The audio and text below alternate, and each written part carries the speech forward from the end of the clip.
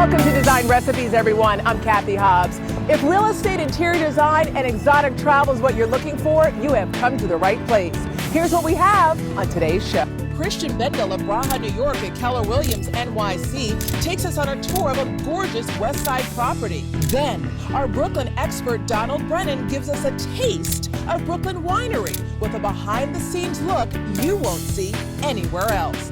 Plus, baby, it sure is getting cold outside, so we're warming up with a winter renovation project. From how to plan, selecting the perfect stone, to creating one of your very own, we've got you covered. But up first, we head over to Christian Bindel of Bracha, New York at Keller Williams NYC, who takes us on a property tour of a gorgeous West Side residence. Christian? Thanks, Kathy. Welcome to 40 West 22nd Street. This is the 11th floor, a renovated 4-bedroom home with 360-degree views and approximately 4,100 square feet of luxurious loft-style living. Here in the grand living room, and by grand I mean 43 feet long by 28 feet wide. This space features iconic views of both the gilded Hugh O'Neill building as well as the Empire State Building. With 4 different exposures and 11-foot ceilings, this space is flooded with abundant natural light. Perfect for both entertainers and art collectors alike. Come, let's go take a look at the chef's kitchen. One of the many reasons people buy lofts is the open, continuous flow of spaces. That's why I love this kitchen. It's conveniently located in the corner, adjacent to both the dining room and living room.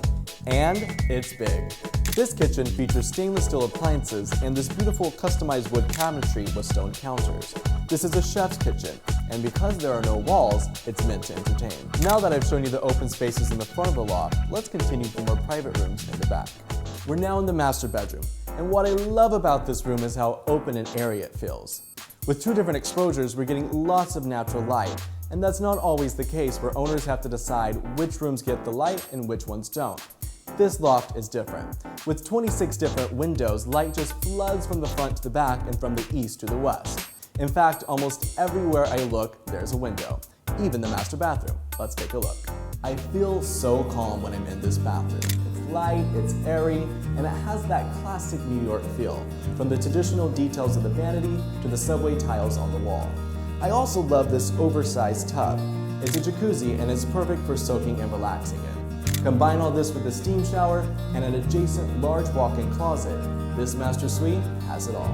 Now just off the master bedroom is this enormous study separated by dual sliding doors. Measuring an impressive 22 feet long, this room can function as an additional bedroom or it can be used as a family room great for winding down in. Did I mention the open views? Facing both south and west, this room not only gets great light, but has the perfect view of the Chelsea skyline. This loft has it all. From the open chef's kitchen and grand living room to the private bedrooms located in the back. You'll find the best of both worlds here. A modern renovation of approximately 4,100 square feet combined with preserved original details such as this column. And the light and preserved views that flood this apartment, well, they're protected thanks to Landmark Commission. I'm Christian Bindel with Bracha, New York at Keller Williams, and I hope you enjoyed our tour of the 11th floor at 40 West 22nd Street. Back to you, Kathy. Thanks, Christian. When we come back, you don't have to get your passport stamped in order to find some great wines. Up next, we head over to Brooklyn Winery, an urban wine producer and restaurant right in the heart of Williamsburg, Brooklyn. Up next.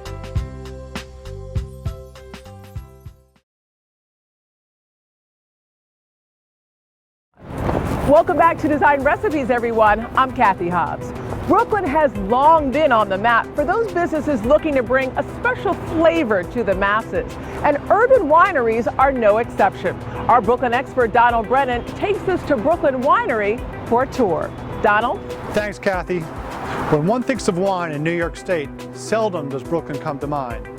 Urban farming and winemaking are gaining popularity across the country. And here in the borough of Kings, Brooklyn Winery has succeeded in putting Brooklyn on the map for those seeking great wine. Brooklyn Winery is more than a restaurant. It has its own winemaking room. In order to learn more about how this urban winery made its mark on the Williamsburg, Brooklyn real estate scene, I turned to one of the men behind the vision, co-founder Brian Leventhal. Hi, I'm Donald Brennan. Brian Leventhal. Nice to meet you, Brian. Nice to meet you as well, and welcome to Brooklyn Winery. So not much experience running a restaurant or a winery. Now you have both here.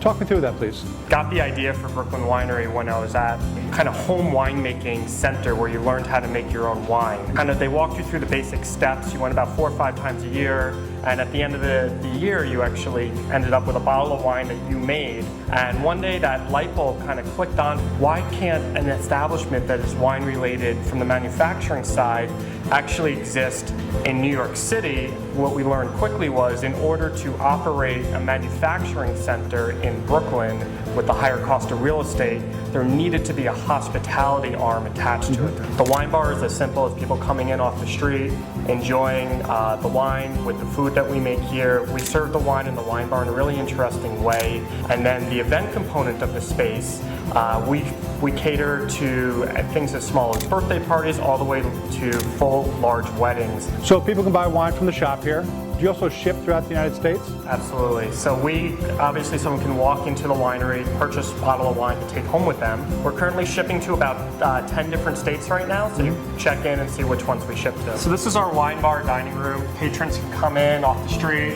enjoy a glass of wine, as well as a bite of food. Our chef, Gordon, has developed a great menu that pairs well with the wine. So this is our parlor room. We use this room for a lot of small events. One of the great features of this space is the window wall overlooking the barrels. What a great space for tasting wine and hosting events. Can we take a look at the winery? Let's go take a look.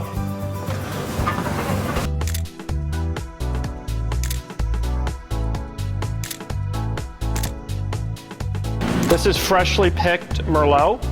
Everything is hand harvested, so we actually have individual people cut every cluster of grapes off of the vines. But obviously grapes are on a stem, and we want to separate all of the grapes from the grape stems that they're on. So we have a sorting line into a destemmer set up here in the space that's going to help accommodate this. We have our 2015 Cabernet Sauvignon in here, and as you can see, all of the grape skins are actually pushed to the top of the bin, and Connor right now is actually breaking apart this cap, which is actually pretty dense at this point, and you can see that all the liquid is sitting below the cap of grape skins, and all that bubbling, that's the yeast at work. That's the yeast converting all of the sugar into alcohol. What we have here is Malbec grapes. These grapes were from Northern California. They fully finished the fermentation process, so now we actually have to squeeze all of the wine out of the grapes. Wow. And the machine we use to do that is the wine press. So you have some wine barrels here. Explain what goes on and what temperature to keep this room at. This room's kept around 58, 59 degrees Fahrenheit, and we actually age the wine in here for a varying amount of time. You saw how we make wine here. Now let's actually try some of the wine that we make at Brooklyn Winery. Sounds good. Let me grab a seat. I have a beautiful North Fork blend open. This is a wine with grapes from the North Fork of Long Island, and it's a blend of Merlot and Cabernet Franc from 2012. So imagine the grapes came in 3 years ago, and now we're drinking it. A little swirl.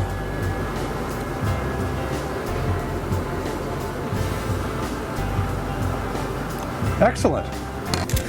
So I love the space. Can you talk me through some of the design decisions that you made here? Absolutely. When we were getting going back in 2010, it was really important for us to put things back into the space that would normally probably have been thrown away. Good examples of that is we have an element of these reclaimed mosaic wood walls, and we actually have several of them throughout the space, and they're all from different places. The one here in the wine bar is with wood from different barns. In our atrium space, we have planters that are from an old mill belt. It carried grain. We cut apart the belt, got the physical planters, and planted them with succulents that are now on our wall. Wow. Those are a lot of the decisions we made as we were building out the space. Well, it looks like your gamble on a new business venture here in Williamsburg has really paid off. I'm sure you have plans to expand. Can you share it with us? Anything beyond the Brooklyn border here? Sure. We've looked at a lot of other markets to bring part of the Brooklyn Winery concept someplace else, and after a lot of research and exploration, we decided the Washington, D.C. market is really primed for this, and we will be the first winery ever in the District of Columbia we'll overlay it with a restaurant and event space similar to what we have here in Brooklyn. Very exciting. Sounds like a great idea. I'm sure you're going to do great. Thank you, appreciate it. It's going to be a lot of work, but it should be great when it opens. Brooklyn Winery has not only helped to reshape Williamsburg and Brooklyn, it's made a national name for itself with its urban roots in solid wines. The owners are urban pioneers who took a chance that paid off. I'm Donald Brennan of Brennan Real Estate. Back to you, Kathy. Thanks, Donald. I have had the pleasure of experiencing Brooklyn Winery's food and wine, and I can say that it's definitely worth the trip across the bridge. When we come back, we take on a winter renovation project that is sure to keep you toasty. Welcome back to the show, everyone. I'm Cathy Hobbs. As you know, I love taking on renovation projects. I also don't like being cold in the winter, which is why this winter I am going for it when it comes to renovation projects, creating our very own fire pit with the help of our go-to team, Adam and Pete Muroski of Native Landscapes and Garden Center in Pawling, New York.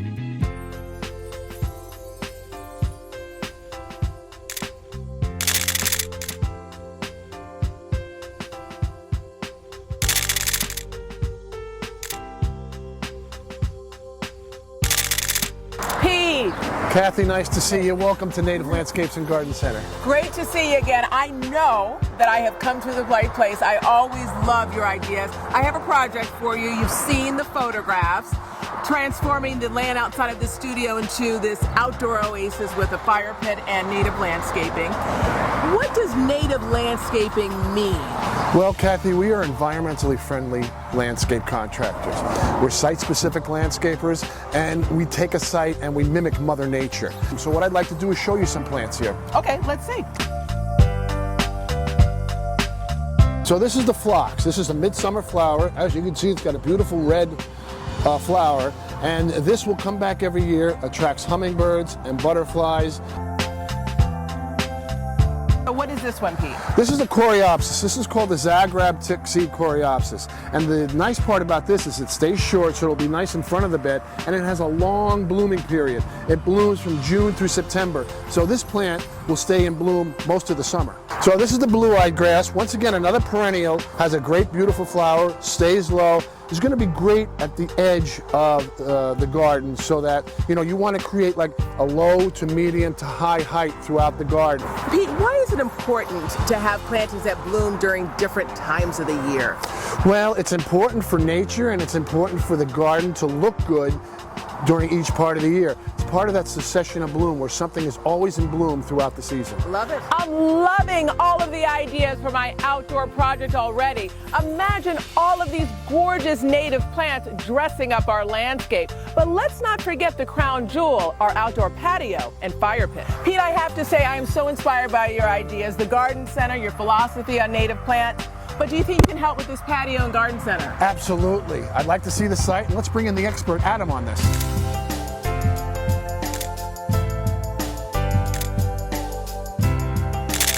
All right, guys, this is it. So what do you guys think?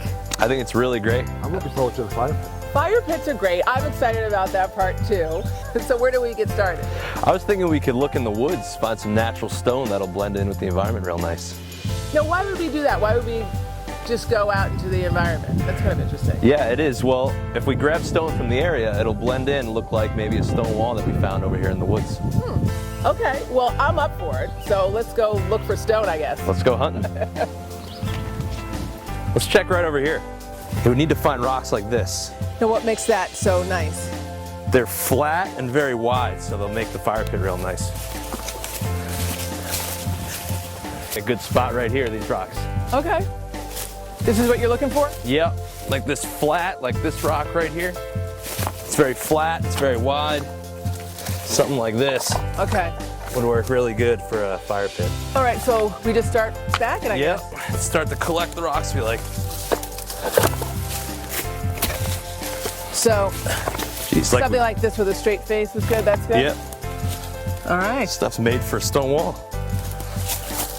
What a wonderful way to build a fire pit with found stones in nature. When we come back, we begin our outdoor renovation transformation.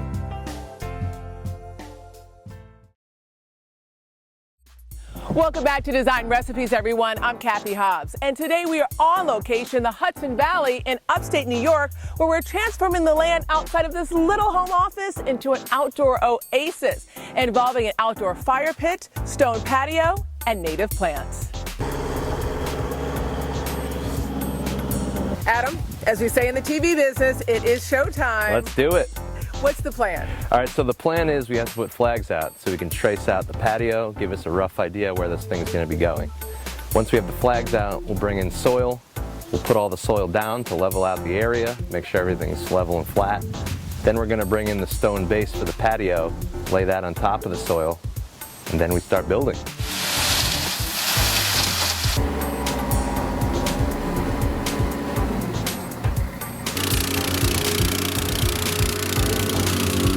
Looking good, Pete. What's going on?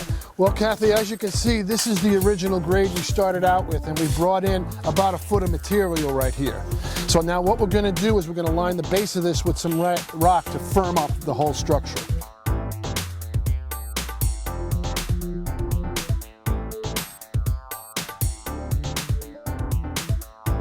So what are you guys up to right now? We're started to build the wall in the fire pit using the stone we found in the woods. And it's coming along good. It's like an old farm wall if you look at it. I like it. I like it. So you found all this stone in the woods? All of it in the woods, natural to the environment. What I like about that is that technically that's something that anyone can do, really. Anyone. Find rocks everywhere. Collected them when I was a kid. Me too. So now that the fire pit is underway, I wanted to show you some of the patio stone I picked out. This is some really good looking stone. It is really nice. I was pretty happy too. Now we chose the stone because of the gray and the brown under here you see, because it kind of matches the stone we found in the woods. Is this treated in any way? I'm just seeing some really interesting coloring on the front. It's not treated, but what they do is they tumble it so that the edges are smooth around the side here, but it still holds the natural look of the stone. Pretty, Yeah. very pretty. Okay, looking good. I love it. Our patio is really coming together nicely. Using stones, plants, and even lighting that blends with your natural environment is a great landscaping tip.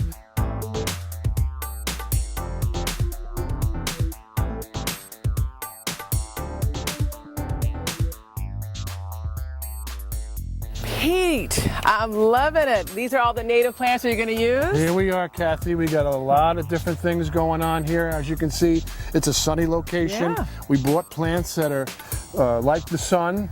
Now, what do you got? Well, we got a lot of different things. We got the Virginia rose. We got the Physocarpus, which is going to be a feature plant over here, the one in flower. We got an interesting plant over here, which is the beach plum, which is going to give us a little bit of fruit.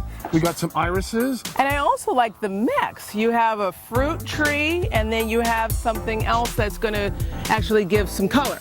I love what you selected. Love the choices of high, low, fruits, dark, light. I'm excited to see what you come up with. All right, let's go for it. All right.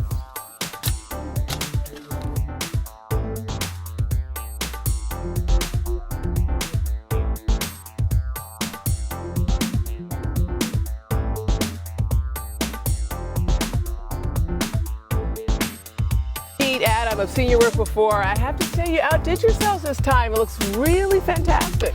Well, the plants really softened the hardscape and it all came out together nice. Yeah, no, it's awesome.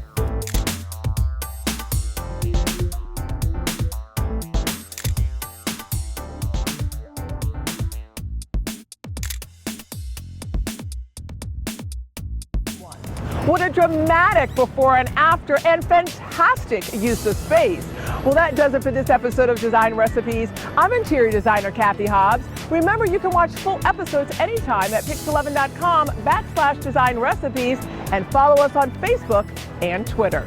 See you next time.